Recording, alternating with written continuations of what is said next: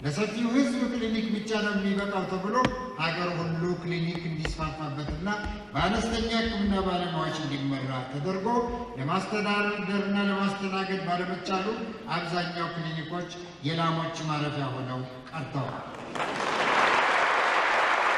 እንዲሁም በተጨማሪ ታሞ ከመማቀቅ አስቀድሞ መጠንቀቅ እየተባለ የታመመውን ማከም አያስፈልግም፣ ያለውን ገንዘብ ለመከላከል ነው መዋል የሚያስፈልገው በማለት የሕክምና ተቋሞች እንደ ሆስፒታሎች በያለበት እንዲወድሙ ተደርጓል። የውጭ እርዳታ ሰጪዎችም ለመከላከል ብቻ ነው እርዳታ የምንሰጠው በማለት የሕክምና አገልግሎት የትም ስፍራ እንዲወድም ተደርጓል። በዚህ መሰረት የሕዝብን ችግርና ፍላጎት ለማርካት የግል ክሊኒኮች በያለበት እንዳሸን በመፍላታቸው በቁጥር ከጠጅ ቤቶች በልጠዋል።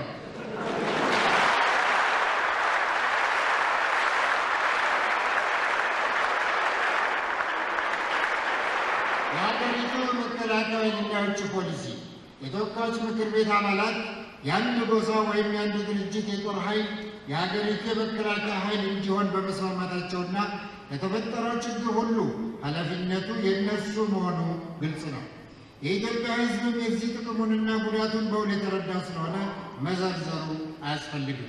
የሀገሪቱ የመከላከያ ኃይል ከማናቸውም የፖለቲካ ድርጅት ነፃ የሆነና የኢትዮጵያን ዳር ድንበርና ሉዓላዊነት፣ ሰንደቅ ዓላማ ክብርና የሕዝቡን አንድነት መጠበቅና ማስከበር ዓላማ ያደረገ መከላከያ ኃይል እንዲደራጅ ዓላማችን ነው።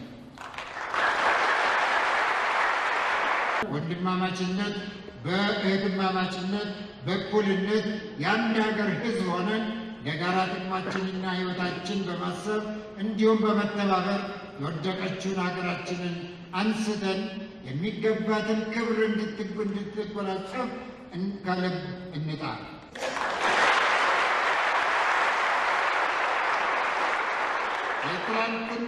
የትላንትን ችላ ማለትና ስህተት በዛሬው ግንዛቤ አድሰን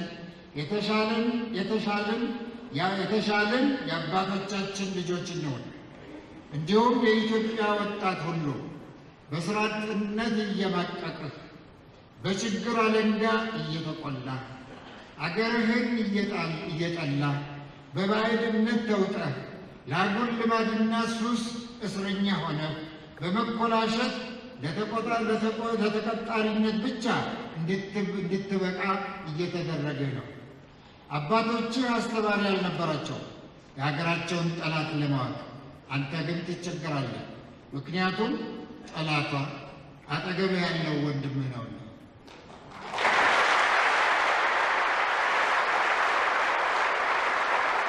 ስለዚህ በማንኛውም ሁኔታ ፈተናህን አልፈህ አገርህን ከውድቀት ማንሳት ኃላፊነቱ ዛሬ ያንተ ነው። ኢትዮጵያ በጀግኖች ልጆቿ መስዋዕትነት ነፃነቷ፣ ሕልውናዋ፣ አንድነቷ ተከብሮ ይኖራል።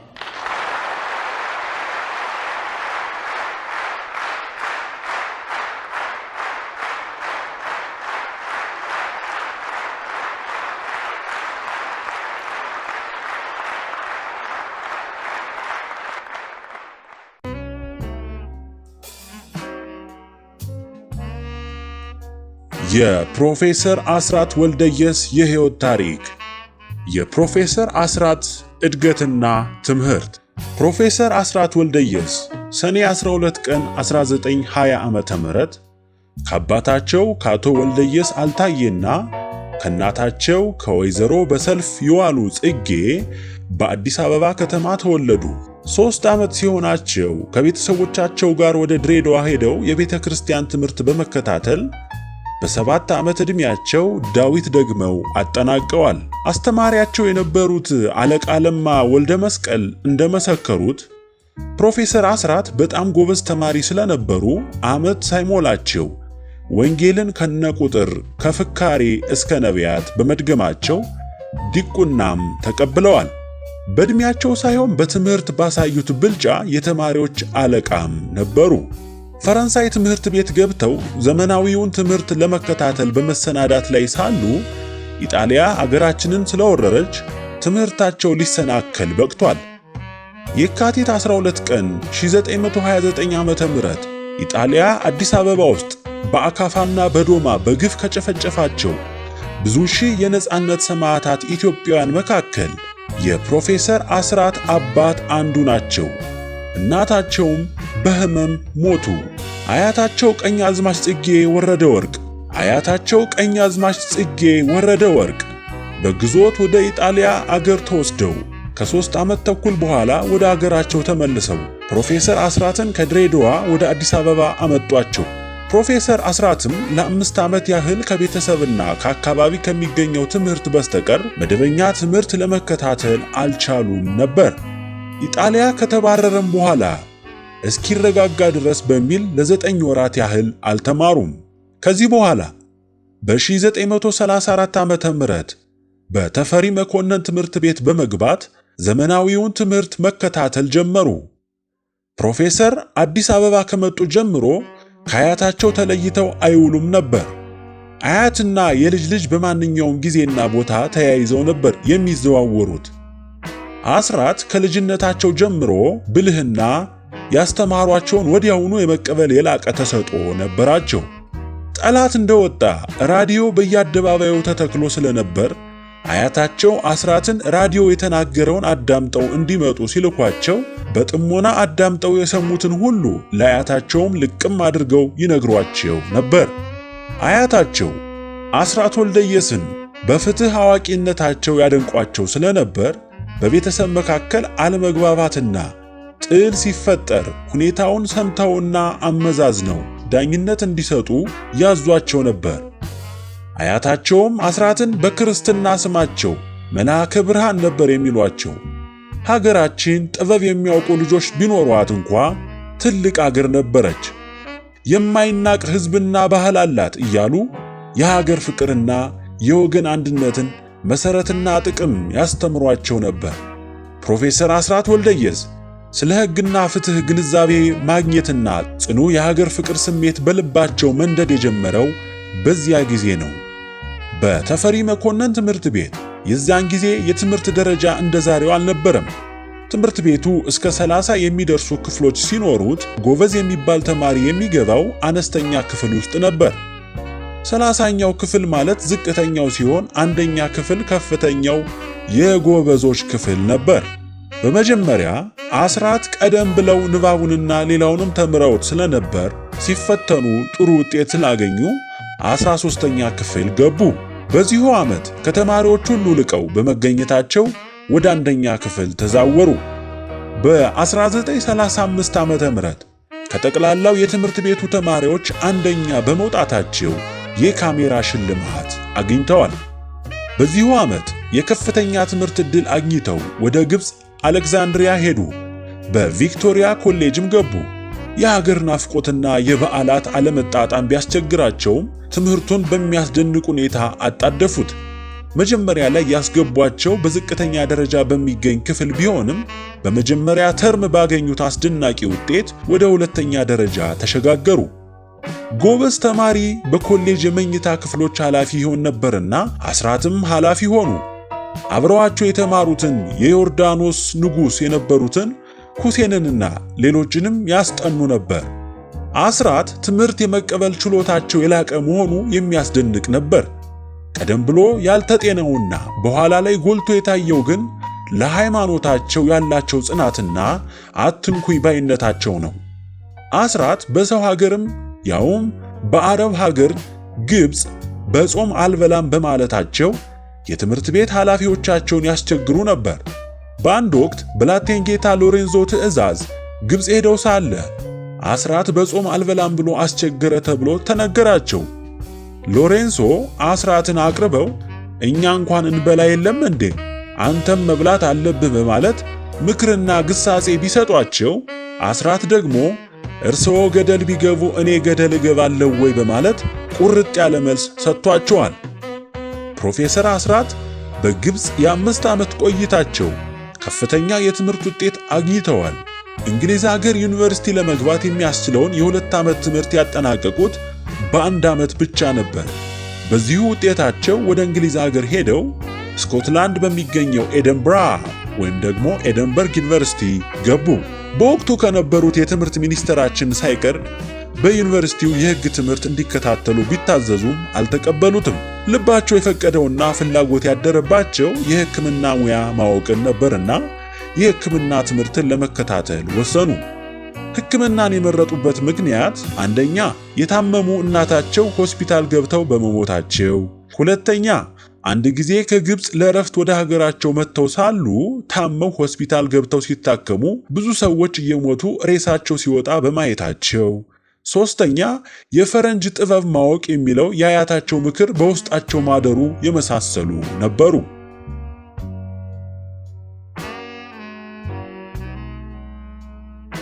ፕሮፌሰር አስራትና ሕክምና።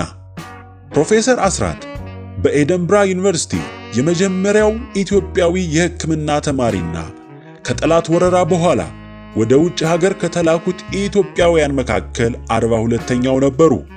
ከ6 ዓመት በኋላም ትምህርታቸውን አጠናቀው ተመረቁ። ኢትዮጵያን ጨምሮ ለ1 ዓመት ያህል በሆስፒታሉ ልምምድ ሲያደርጉ ቆይተው በ1947 ዓ.ም መደበኛ ሥራቸውን በልዕልት ፀሐይ ሆስፒታል ጀመሩ። ከፋሺስት ወረራ በኋላ የመጀመሪያው ኢትዮጵያዊ ሐኪም ናቸው። በፋሺስት ወረራ ወቅት ጠላትን ካስጨነቁ ስመጥሩ አርበኛ መካከል አንዱ ደጃዝማች ፀሐይ እንቁ ሥላሴ ነበሩ። ደጃዝማች ፀሐይ በፋሺስት ወረራ ወቅት ጠላትን ካስጨነቁት ስመጥሩ አርበኞች መካከል አንዱ ደጃዝማች ፀሐዩ እንቁ ሥላሴ ነበሩ። ደጃዝማች ፀሐዩ ጠላት ተባሮ ነፃነት ከተመለሰ በኋላ የጤና ጥበቃ ሚኒስትርነቱ ሥራ ከነበራቸው ችሎታ ጋር እንደማይጣጣምና ለእርሳቸው እንደማይመጠን ስለተገነዘቡ የተማሩ ኢትዮጵያውያን ሥራውን እስከሚረከቧቸው ድረስ ኃላፊነቱን ለፈረንጆች አሳልፎ ላለመስጠት ቀን ይጠብቁ ነበር። ጊዜው ደረሰና የተማሩ ኢትዮጵያውያን ብቅ ማለት ጀመሩ። እኛ በአርበኝነት ይችን አገር ከኢትዮጵያ ጠላቶች ስንጠብቃት ከረምን። አሁን የተማራችሁት ኢትዮጵያውያን ተገቢውን አመራርና ኃላፊነት ለመውሰድ ስለመጣችሁ በጣም ተደስተናል። እኔም ከፈረንጆቹ እጅ እንዳይወድቅ ስጠብቅ የነበረውን ይህን የጤና ጥበቃ ሚኒስትርነቱን መቀመጫ ተረከብ ለአስረካቢነት ያበቃኝን አምላክ አመሰግነዋለሁ። በጣም ደስ ብሎኛል። ይህንንም ለግርማዊ ጃንሆይ አስረዳለሁ በማለት ደጃዝማች ፀሐዩ ለፕሮፌሰር አስራት ነገሯቸው። ደጃዝማች ፀሐዩ ይህንንም ቢሉም ስልጣኑን እንዲረከቡ የተጠየቁት ሐኪም ፈቃደኛ አልሆኑም። ይበልጥ ለአገርና ለወገን መስራት የሚያስችላቸው በቀጥታ በሕክምናው ሙያ ተሰማርተው መገኘቱ እንደሆነ አስረዱ። ደጃዝማች ግን አልረኩም። ብቻ የወንበሩ ርክክብ ሳይሆን ቀረ። ሐኪሙም በቀጥታ በሙያው ውስጥ ገቡበት። ዕውቅ ሐኪምም ለመሆን በቁ። የ5 ዓመት የሕክምና አገልግሎት ከሰጡ በኋላ እንደገና ወደ ብሪታንያ ሄደው ኤደንብራ ኢንግላንድ ውስጥ በሚገኙት ሮያል ኮሌጅ ኦፍ ሰርጀንስ በቀዶ ሕክምና ልዩ ትምህርት ተከታትለው አጠናቀቁ። ይህን ለመከታተል ቀደም ብለው መሄድ ነበረባቸው። ይህን አስመልክተው በአንድ ወቅት ከጋዜጠኛ ለቀረበላቸው ጥያቄ ሲመልሱ አያቴ ያማቸው ነበርና እኔ በሌለሁበት የሞቱ እንደሆነ እጸጸታለሁ ብዬ ዘገየው። ደህና እየሆኑ ሳያቸው ግን ሄድኩኝ። ብቻ እድለኛ አልነበርኩም፣ ሞቱ፣ ሳልቀብራቸው ቀረው በማለት በቁጭትና በጸጸት መልሰዋል። ፕሮፌሰር አስራት ከፍተኛ የቤተሰብ ፍቅር አላቸው። ይህ ፍቅር ጠንካራ የወገን መውደድን ትቶላቸው አልፏል። በልዕልት ፀሐይና በጥቁር አንበሳ ሆስፒታሎች በሰርጅንና በዋና ሰርጅንነት ማለትም የቀዶ ጥገና ሐኪምነት ከ30 ዓመታት በላይ ህመምተኞችን በቅንነትና ባለመታከት አገልግለዋል። በአገራችን የሕክምና አገልግሎቶችና ልዩ ልዩ ጥናቶች ውስጥ በኃላፊነት ደረጃ ከመካፈላቸውም በላይ በቀድሞው የኃይለ ሥላሴ ዩኒቨርሲቲ የመጀመሪያ ኢትዮጵያዊ የሕክምና ፋካልቲ ዲን ነበሩ። የሕክምና ዳይሬክተር በነበሩበት ጊዜ የልዕልት ፀሐይ ሆስፒታል ተስፋፍቶና ተጠናክሮ እንዲገኝ በብርቱ ጥረዋል። በኢትዮጵያ ራሳቸው ያልተሳተፉበት ዋና ዋና የሕክምና ፖሊሲ አወጣጥና አገልግሎት አልነበረም ብሎ መናገር ይቻላል። ፕሮፌሰር አስራት ባሳለፉት 30 ዓመታት የሕክምና ዘመን ውስጥ የአያሌ ህሙማንን ሕይወት ስለማትረፋቸውና ለሙያቸው ከፍተኛ ጽናት ያላቸው ስለመሆኑ በቅርብ የሚያውቋቸው ይናገራሉ። በቀን እስከ 18 ሰዓት ድረስ የሰሩባቸው ጊዜያት በርካታ ናቸው። በተለይም ልዕልት ፀሐይ ሆስፒታል በነበሩበት ወቅት መኖሪያቸው በቅጥር ግቢ ውስጥ ስለነበረ የጠናበት በሽተኛ ከመጣ እርሳቸው መጠራታቸው የግድ ነበር። የተረኝነት ጉዳይ የለም። ስለ ፕሮፌሰር አስራት ስለ ሙያቸው ምስክርነት። ፕሮፌሰር አስራትን በቅርብ የሚያውቋቸው ሰዎች የራሳቸው ምስክርነት አላቸው። በወቅቱ ለረጅም ዓመታት ጸሐፊያቸው የነበሩ እንዲህ ይላሉ። ከእርሳቸው ጋር በጸሐፊነት ለረጅም ጊዜ ሰርቻለሁ። ሌት ተቀን ይሰራሉ። የሕክምናውንም የአስተዳደሩንም ሥራ ይሰራሉ።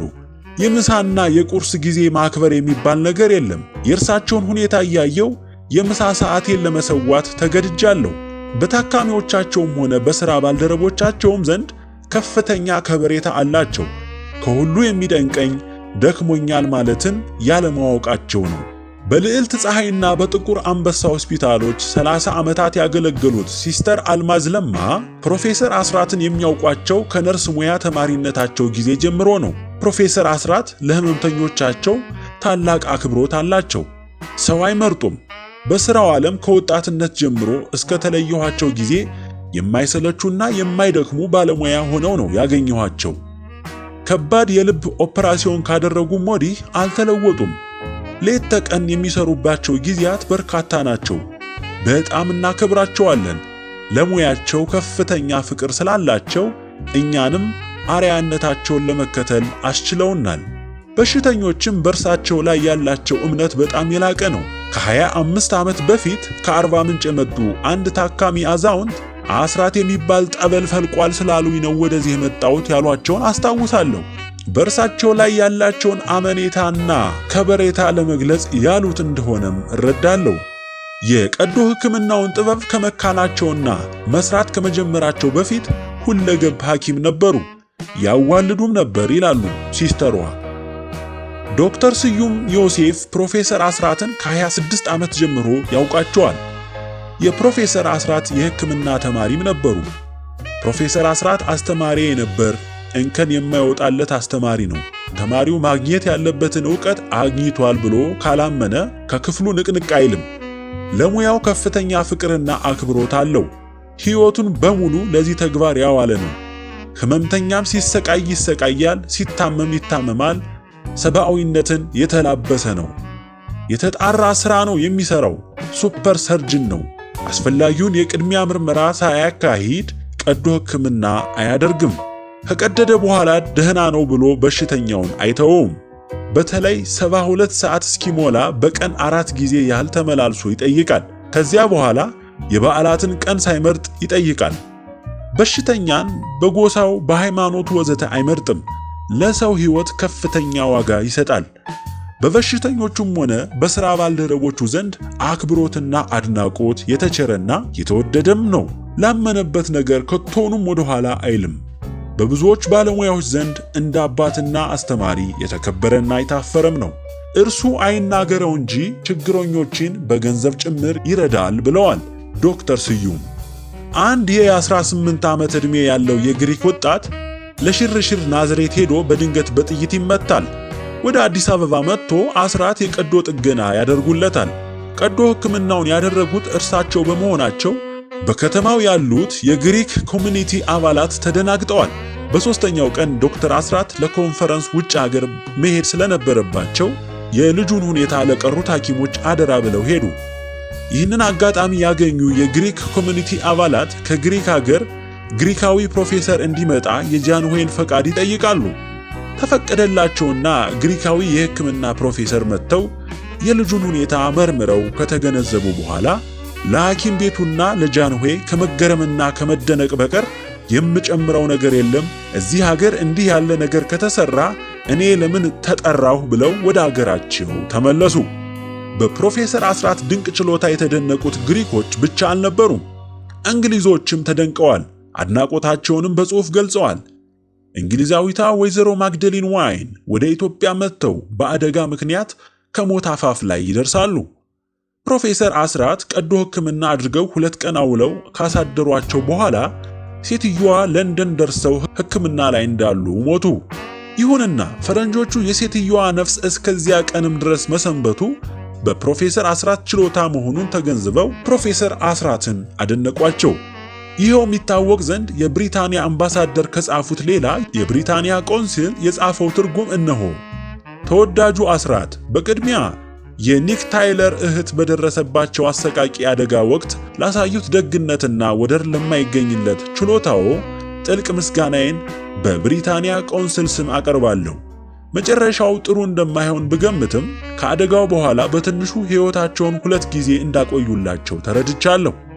የፈጸሙት የላቀ ተግባር ሁሉ ከፍተኛ አድናቆት አሳድሮብኛል። በሙያው ለፈጸሙት ምግባር አስፈላጊ ሲሆን የሚያስፈልገውን እንዲገልጹልኝ በአክብሮት አስታውቃለሁ። በአሁኑ ጊዜ ገንዘብ ምንም አይደለም።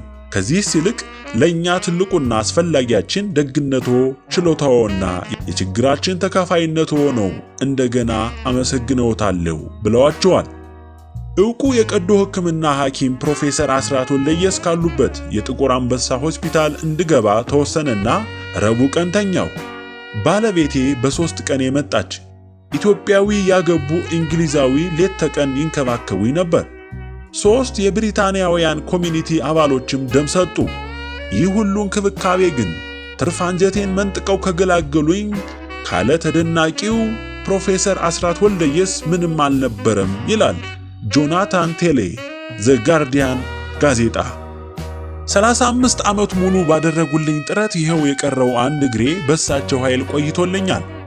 አሁን ልጆቼን የማሳድገውና የምኖረው በአስራት ነው። በእውነት ልዩ ሰው ናቸው። ሰው አክባሪና ደግ ፍጡር ናቸው። ዕድሜ ለአስራት። የሚገርመኝ የሁሉንም ሥራ ይሰራሉ፣ ግን አይደክሙም። አቶ ሀብታሙ በቀለ 10 ዓመት ሙሉ ስታመም 9 ጊዜ ኦፕራሲዮን አድርገውኛል። እንደሳቸው ህሙማንን እጅግ የሚወድ ለሰው ነፍስ አጥብቆ የሚጨነቅ አላየሁም። አቶ አጥናፉ ተሰማ እኚህ በችሎታቸው የሚተማመኑ የሕክምና ባለሙያ በሳልና ትሁት ቆፍጣናም ናቸው። አንደበታቸው ቁጥፍ ግን አሳማኝ ነው። የሚያወጧቸው ሐሳቦች ደርዝ አላቸው። ከነጥቡ ውጪ አይዘልም። የማስታወስ ችሎታቸውም የዋዛ አይደለም። ወደ ኋላ ተመልሰው ቀንና ዓመተ ምሕረት ጠቅሰው ድርጊቱን መዘርዘር ይቻላቸዋል። ነገር ፈጥኖ ይገባቸዋል። በአሁኑ ጊዜ የተላበሱት አረጋዊ ስብዕናቸው አክብሮት እንዲቸራቸው አድርጓቸዋል። በንግግራቸው ውስጥ የእግዚአብሔርን ኃያልነት በአግባቡ ሳያነሱ አያልፉም።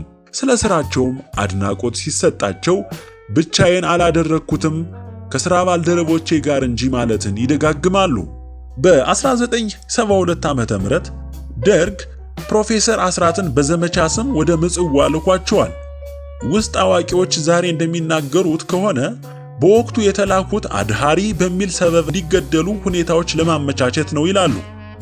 ፕሮፌሰር አስራት ሞትን አዝለው በዘመቻው ላይ በትጋትና በጥንካሬ ተካፍለዋል። የዘመቱት ለማከም እንጂ ለመዋጋት አይደለም። አዎ በወቅቱ ያከሙት የኢትዮጵያን ወታደር ብቻ አልነበረም፣ የሻዕቢያን ወዶ ገብና ምርኮኞች ጭምር ነበር። በወቅቱ ዘርና ጎሳ፣ ሃይማኖትና እምነት ሳይለዩ፣ የፖለቲካ ወገናዊነት ሳያሳዩ የኢትዮጵያን ልጆች ሁሉ እኩል አክመዋል። ፕሮፌሰር አስራት ሕይወት ለማትረፍና ከስቃይ ለማዳን የማያደርጉት የለም። ለበሽተኞቻቸው ያላቸው ፍቅርና የሚያደርጉት እንክብካቤ እጅግ ከፍተኛ ነው። አብረዋቸው ከሚሰሩት የሥራ ባልደረቦቻቸው ይልቅ ለበሽተኞቻቸው ያዳላሉ። በሥራ ዋዛ ፈዛዛ የለም። ትንሽ ጥፋት ከተሰራ ይቆጣሉ። በሕይወት ቧልት አያውቁም። ማንም ይሁን ማን ትክክል ያልሰራ ከመሰላቸው መናገራቸው አይቀርም።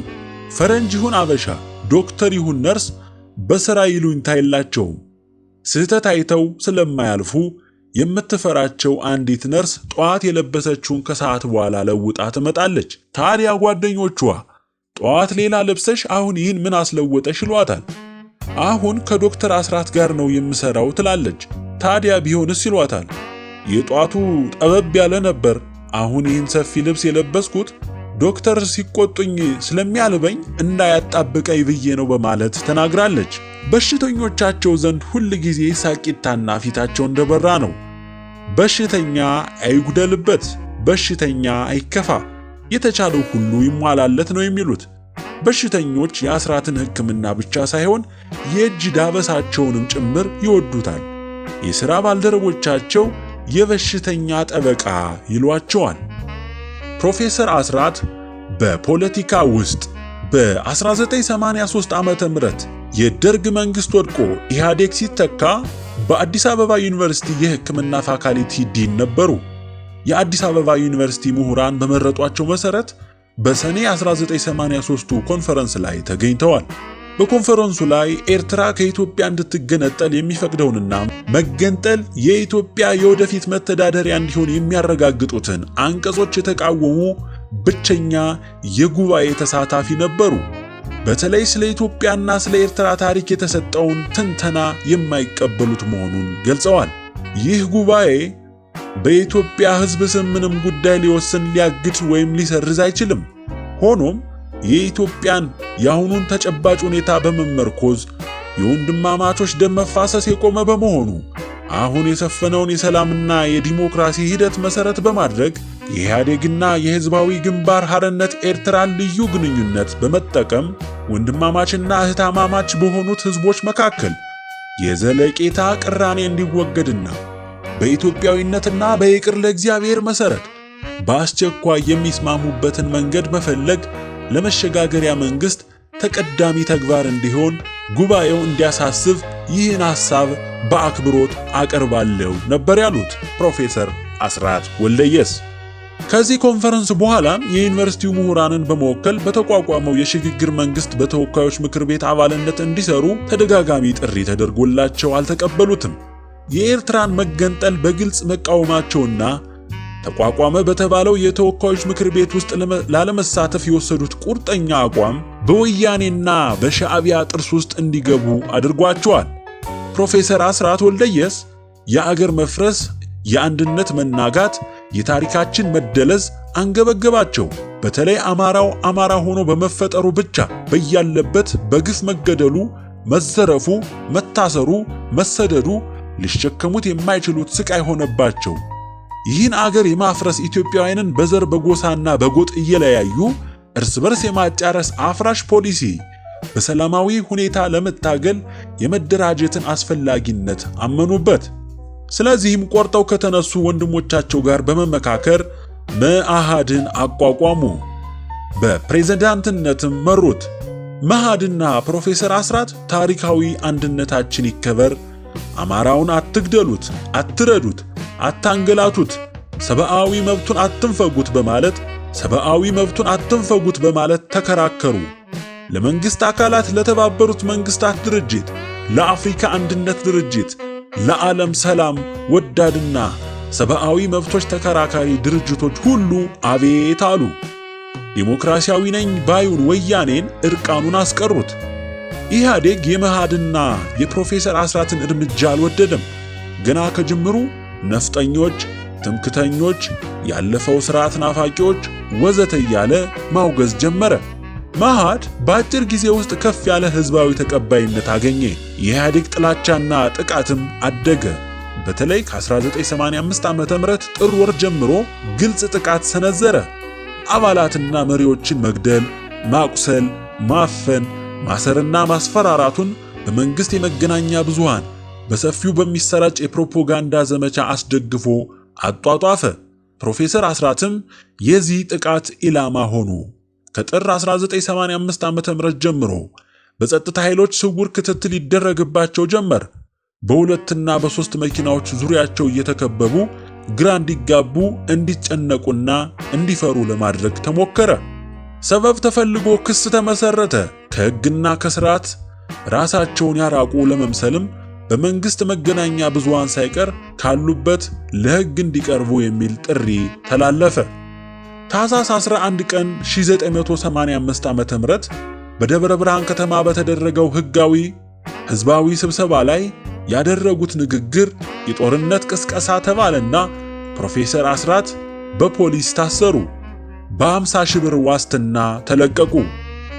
ከጎጃም ከመጡ ገበሬዎች ጋር በመኢአድ ጽሕፈት ቤት በመሰብሰብ የአድማ ወንጀል ፈጸሙ የሚል ሌላ ክስ ተመስርቶ ጉዳዩን የቀጨኔ አውራጃ ፍርድ ቤት በቀዳሚ ምርመራ ማየት ጀመረ።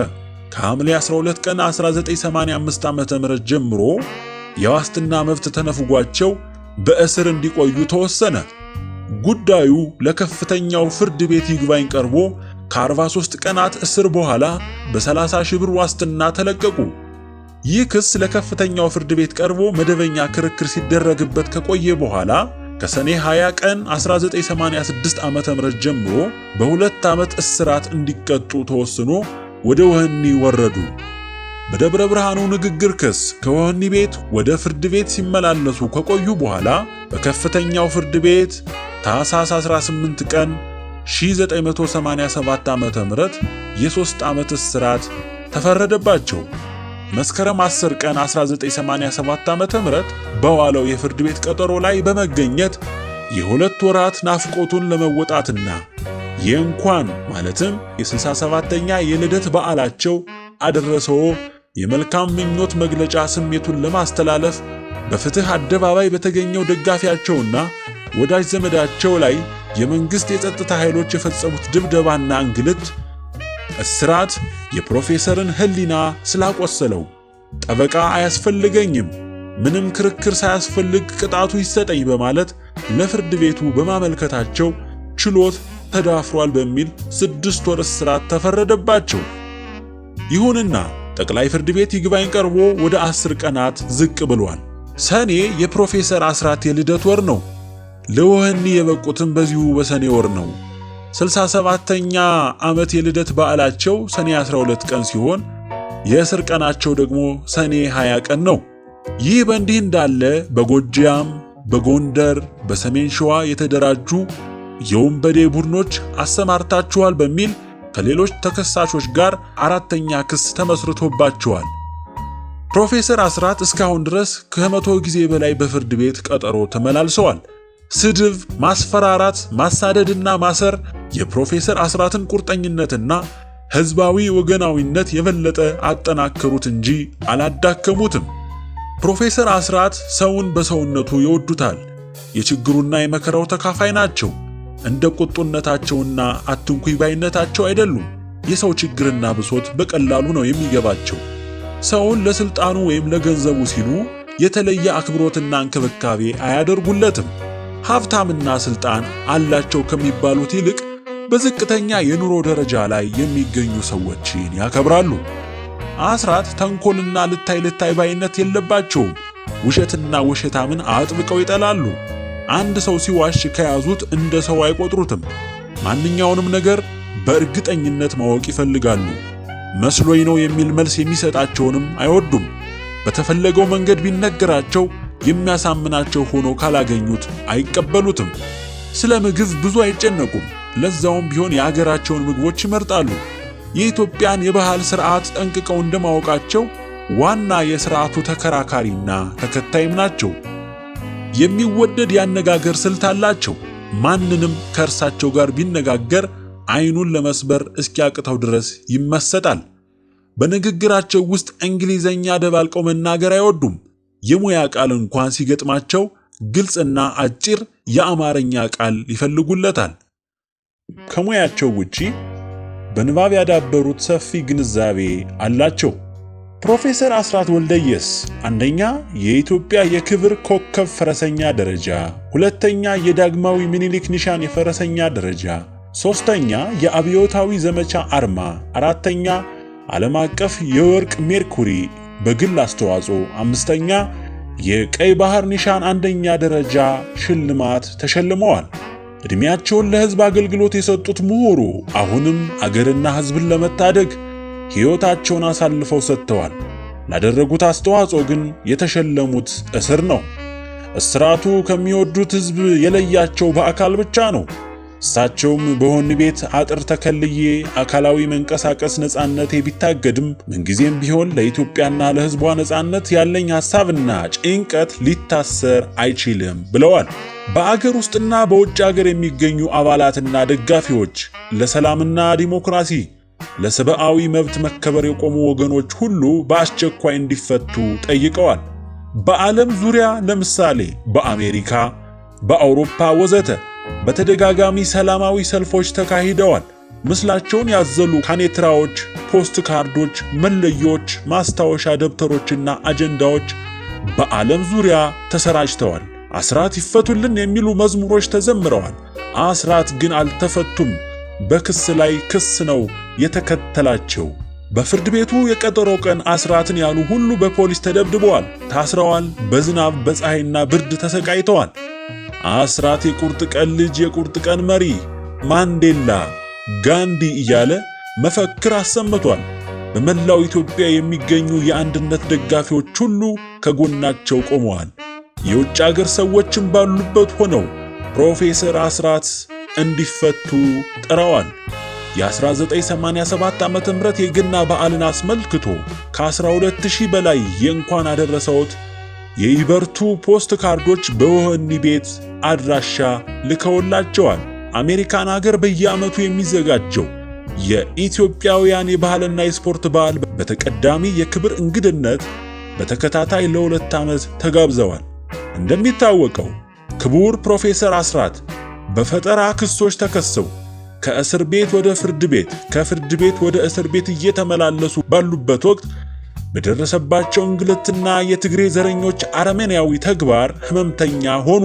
በበሽታው ሲሰቃዩ ከቆዩ በኋላ ለይስሙላ ሕክምና ይሰጣቸዋል እየተባለ በሐኪም ቤት ምልልስ ብቻ ከፍተኛ መጉላላትና የሞራል ጥቃት እንዲደርስባቸው ከመደረጉም ባሻገር ህመሙም ቀስ በቀስ እየጎዳቸው እንዲሄድ ሆን ተብሎ ተሰራበት። ዘረኛው የትግሬዎች አገዛዝ ክቡር ፕሮፌሰር አስራትን እንደማይድኑ ቀድሞ እንደገደላቸው ካረጋገጠ በኋላ የሚመጣውን የህዝብና የዓለምን የተቃውሞ ገጽታ ለማርገብና ሰብአዊ መስሎ ለመታየት በወቅቱ እንዳይታከሙ ተደርጎ በሞት አፋፍ ላይ ከደረሱ በኋላ ወደ ውጭ አገር ለከፍተኛ ሕክምና ተላኩ ተብሎ ተነገረ። ይህም ለፖለቲካ ጠቀሜታ ሲባል የተደረገ እንጂ እንዲድኑ አልነበረም። ክቡር ፕሮፌሰር አስራት ወልደየስ ከተናገሯቸው አንዳንዶቹን ለናሙና ፕሮፌሰር አስራት መሃድ የተመሰረተበትን 2ኛ ዓመትና የወጣቶችን ምክር ቤት ምስረታ ምክንያት በማድረግ ካደረጉት ንግግርና በሌሎች ጊዜያት ከተናገሯቸው የተወሰዱ አንዳንድ ትውስታዎች በእንደዚህ ያለ አስጨናቂ የሆነ የመከራ ጊዜና ወቅት ራሱን ደፍቶ ያልከፋው መስሎ ወደ ሰፊ በመሆን የተጣለበትን መከራ ሁሉ ሳይቸኩል ችሎ ፈጣሪውን ለምሕረት እየተማጸነ ራሱንም ሳያጋልጥ ለመፍትሄ በስልት የሚሰናዳ ታላቅ ሕዝብ የኢትዮጵያ ሕዝብ ብቻ ነው። ኢህአዴግ በገባበት ጊዜ የፖሊስ ሰራዊት በመበተኑ ያለ ፖሊስ ያለ ፍርድ ቤት በመበተኑ ያለ ፍርድ ቤቶች ለ1 ዓመት ተኩል በሚያስገርም ጸጥታ ራሱን ጠብቆ በመኖሩ መንግስት ነኝ ባይ የማያስፈልገው ጨዋ ሕዝብ መሆኑን አስመስክሯል ብለዋል። ዛሬ ታላቁ የአማራው ጠላት አማራ ነው። አንዳንድ የደላውና አወኩ ባይ የአማራ ድርጅት በመቋቋሙ አልስማማም እያለ ሲዋልል፣ ሌላው ደግሞ በጠቋሚነት፣ በአሳባቂነት፣ በአድርባይነት፣ በገዳይነት የገዛ ወንድሙን ለዕለት ሆዱ ፍላጎት ሲል ከፍተኛ በደል እያደረሰ ነው። እስካሁን ድረስ የተሰራው ተሰርቷል። ከእንግዲህ ወዲህ ግን እንደነኚህ ያሉትን ጠላትነታቸውን እንዲያውቁ ማድረግና ይሉንታም ስፍራ የሌለው መሆኑን በጥብቅ ልናሳስብ እንወዳለን። በሌላ በኩል ሌላው የአማራው ክፍል ተኮላሽቶ ተኝቶና በማንቀላፋት ላይ ይገኛል። ይህ ክፍል ቢቃጠልም እንኳ ሊሰማው ስላልቻለና አለቃም ብሎ ስለቀረ ያለው ዕድል እንደሚባለው አማራ ሲተኛ የሚበላው ጅብ ነው። አንዳንዶቻችንም በተመቻቹ መቀመጫና አልጋ ላይ እየተንፈላሰስን እንደተለመደው የጭራ ፀጉር መሰንጠቅና በዳመና ላይ ፎቅ በመስራት ጊዜያችንን ስናሳልፍ አህያ ወይም ሀድጊ በመባል መሳለቂያነቱን እንደተጠበቀ ሆኖ የዋህነትም ጭምር ብቻ ሳይሆን በሀገርና በወገን ላይ ከፍተኛ በደል ማድረስ መሆኑን ተደጋግሞ የተመሰከረለት ነው። የተማርንና ለመማራችን የምስክር ወረቀት የያዝን ስለሆን ባለሙሉ መብት ነን የማለት ዘመኑ አልፎ ከአፄ ኃይለ ሥላሴ መንግስት ጋር አክትሟል። ዛሬ ስራችን፣ አቋማችንና ሐሳባችን በሁላችንም ላይ የሚጠራ ምስክር መሆኑን እንገንዘብ። ዛሬ የኢትዮጵያ ሕዝብ ንቃተ ህሊና የላቀ በመሆኑ ምንም በአፈሙዝ ልጓም ምክንያት ግፊቱ ባይሰማንም ወደፊት የሚጠይቁንና የሚፋረዱን ብዙ መሆናቸውን ካሁኑ መገንዘብና ለወገን ተገቢውን አስተዋጽኦ ማድረግ ብልህነት ነው። የታሪክ አጋጣሚ ሆነና በአሁኑ ወቅት ኢትዮጵያኖች በጎሳ፣ በዘር፣ በሃይማኖትና በቋንቋ በመለያየት ተከባብሮና አንድ ሆኖ የኖረው ሕዝብ ያለ ፍላጎቱ አንድነቱ እንዲናጋ ከመደረጉም በላይ የኔ ብሎ የሚኖርበት አገርም ወደ ማጣት እየተገደደ ነው። ሆኖም ዛሬ በዚህች ሀገር በቀሎች መሳሪያነት ብንጎዳም የጊዜ ጉዳይ ነው እንጂ ኢትዮጵያ እንደሆነች ሊያጠፏት የሚቅነዘነዙት ይጠፏታል እንጂ እናት ሀገር ኢትዮጵያን ጠብቀው እንደ እንጉዳይ በሚፈሉ ጀግኖች ልጆቿ በአንድነቷ ታፍራና ተከብራ እንደምትኖር የማያጠራጥር መሆኑን ሙሉ እምነቴን አረጋግጣለሁ። ዛሬ የኢትዮጵያ ሕዝብ ከፍተኛ ችግርና ሐዘን ላይ ይገኛል። እንደ እርግማን ይሁን ወይም በፍርድ ቤት እንደተፈረደበት ይመስል እነኚህን ችግሮች የሚያባብስ እንጂ የሚያሻሽልለት አንዳችም አጋር አላገኘም። የፖለቲካ ባለስልጣኖች ከክፋት ወደ ደግነት እንዲመለሱ፣ ኃላፊነት ተሰምቷቸው ለሕግና ለሕዝብ ፍላጎት እንዲገዙ በሰላማዊ መንገድ ለማሳመን ባጋጠመኝ ዕድል ሁሉ ድምፄን ከማሰማት አልቆጠብም። ለሀገሩና ለወገኑ ክብርና ደህንነት ደረቱን ለጥይት በመስጠት የቆረጠው አርበኛም ያለቀኑ አልወደቀም፣ አልሞተም። እንዲያውም ከተፈጥሮ ሞቱ በኋላም ቢሆን በታሪክ ውስጥ እየኖረና ኢትዮጵያንም በታሪኩ እያኖረ ነው። መኢአድ ለዚህች ሀገር ሕዝብ በአጠቃላይና ለብሶተኛው አማራ ሕዝብ ፍትህ ከመጠየቅ ባሻገር ያቀረበው ሌላ ጥያቄ የለም። የመላው አማራ ሕዝብ ድርጅት የኢትዮጵያ የግዛት አንድነት ተከብሮ ሕዝቡ በእኩልነትና በወንድማማችነት አብሮ የሚኖርበት ሥርዓት እንዲሰፍን ማድረግ ያሁንም ሆነ የወደፊት መሠረታዊ ዓላማው ነው። እርግጥ ነው መኢአድ ነፃ መሬት ወይም የታጠቀ ሰራዊት የለውም። ሆኖም የመኢአድ ነፃ መሬት የእያንዳንዱ አማራና የመላው ኢትዮጵያዊ ሕዝብ ነፃ ልብ መሆኑን እንድትገነዘቡልን እንወዳለን። ሌላው የመኢአድ ችግር ሁሉም እንደሚያውቀው ማንኛውንም የኢትዮጵያ ችግር በአማራው ላይ እንደሚያላክኩት ሁሉ ኢህአዴግ እንዳይጋለጥበት የሚፈልጋቸውን ችግሮች ሁሉ በመኢአድ ላይ ማላከክ የተለመደ ነው። ዛሬ የኤርትራ ጉዳይ ፈንድቷል።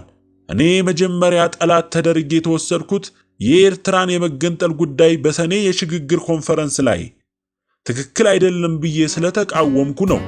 ይሄው ዛሬ ከመንግስት ጀምሮ እስከ ታች ድረስ ሁሉም የሚያጨበጭብበት ጉዳይ ሆኗል። ይፋቱ ካላችሁ ደግሞ ፍቺውን በደንብ በሕግ አድርጉት። አንጠልጥሎ መተው ሌላ ጣጣ ያመጣል ብዬ ነው። ይኸውና ዛሬ መጣ። የአካባቢው ሀገሮች የወዳጅና የጠላት መንግስታት የዓለም አጠቃላይ ሁኔታ ግምት ውስጥ ገብቶ በመጨረሻ ኢትዮጵያ በሚያመቻት ጊዜ ሉዓላዊነቷን ማስከበር አለባት።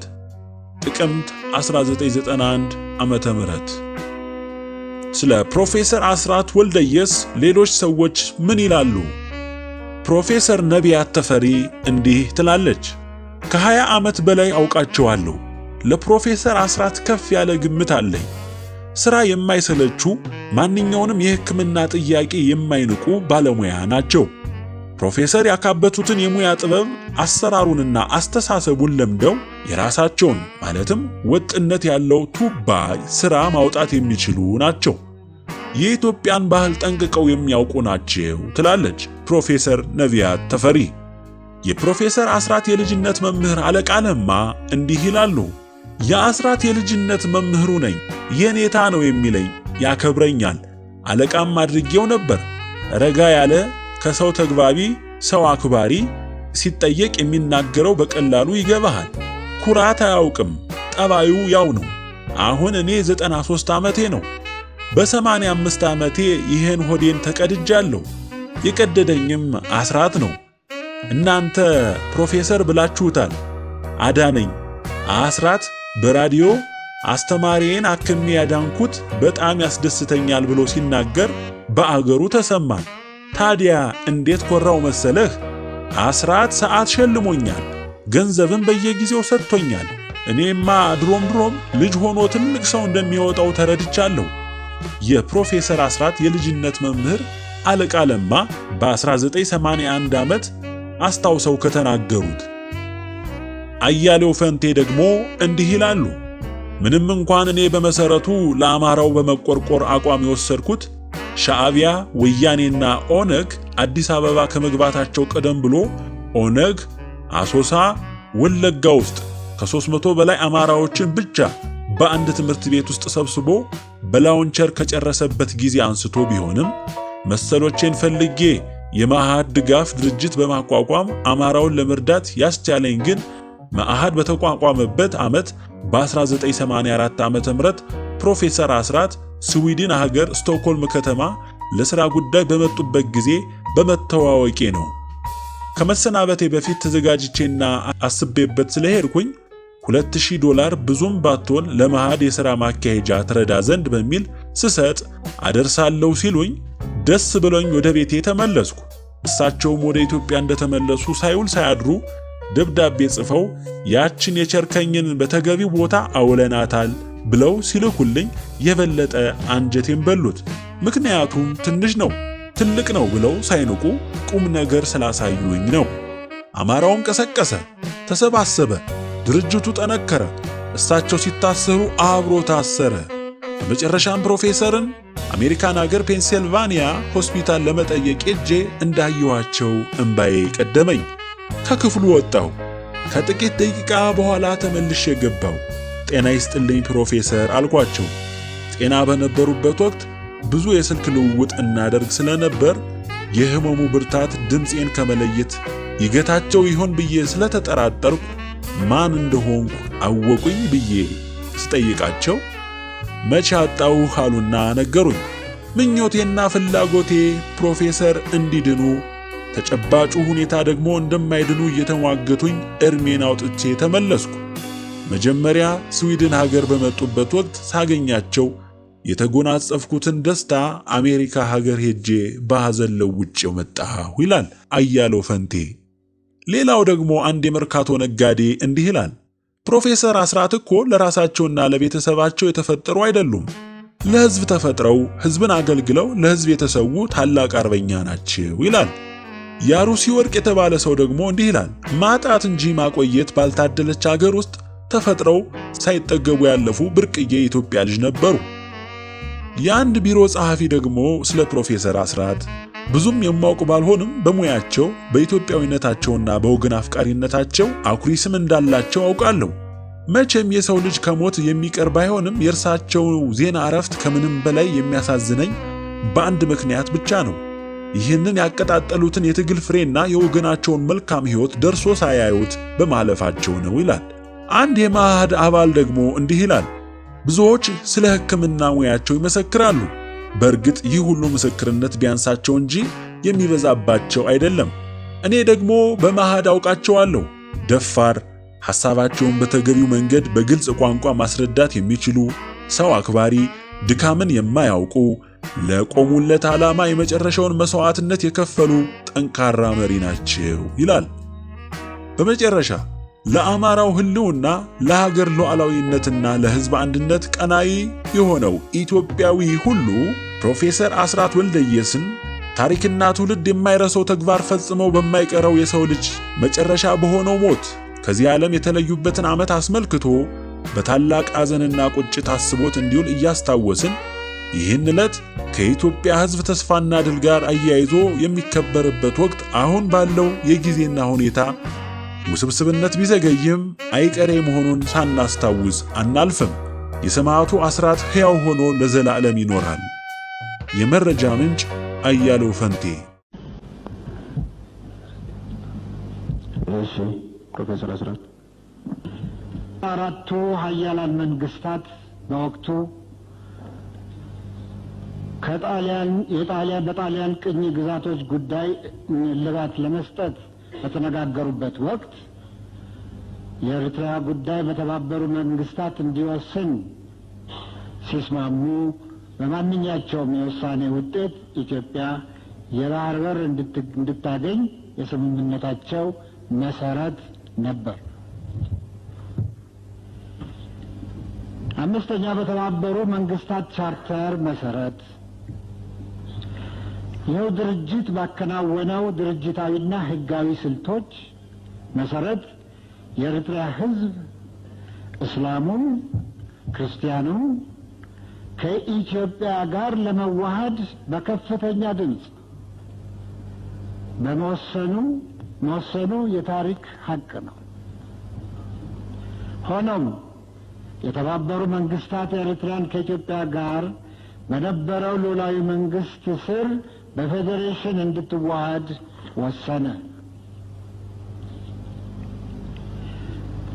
ከዚህ ውሳኔ በኋላ ጉዳዩ እንደማንኛቸውም በተባበሩ መንግስታት በቅኝ ግዛቶች ላይ የተወሰኑ ውሳኔዎች በቻርተሩና በሕጉ መሰረት የመጨረሻ ውሳኔ ስለሆነ የተባበሩ መንግስታት እንደገና በጣልቃ ሊገቡበት የሚችሉበት ጉዳይ አይደለም።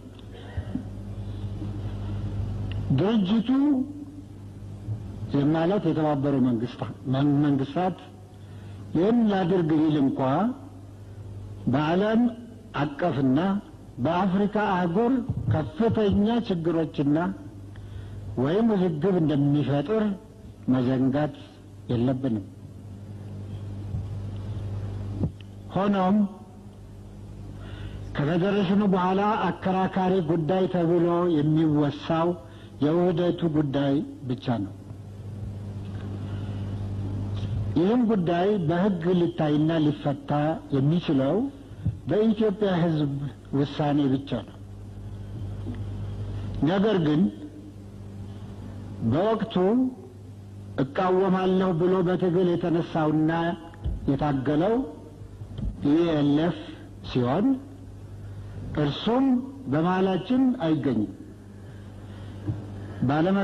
ባለመጋበዙም ቅሬታ የተሰማ መሆኑን በቢቢሲ ከጥቂት ቀናት በፊት ሰምቻለሁ። በዚህ መሰረት በሌሎች የኢጣሊያ ቅኝ ግዛቶች እንደተወሰነ ሁሉ በኤርትራ የተወሰነው ውሳኔ በተባበሩ መንግስታት መስፈርቶችና ሕግ መሰረት ስለሆነ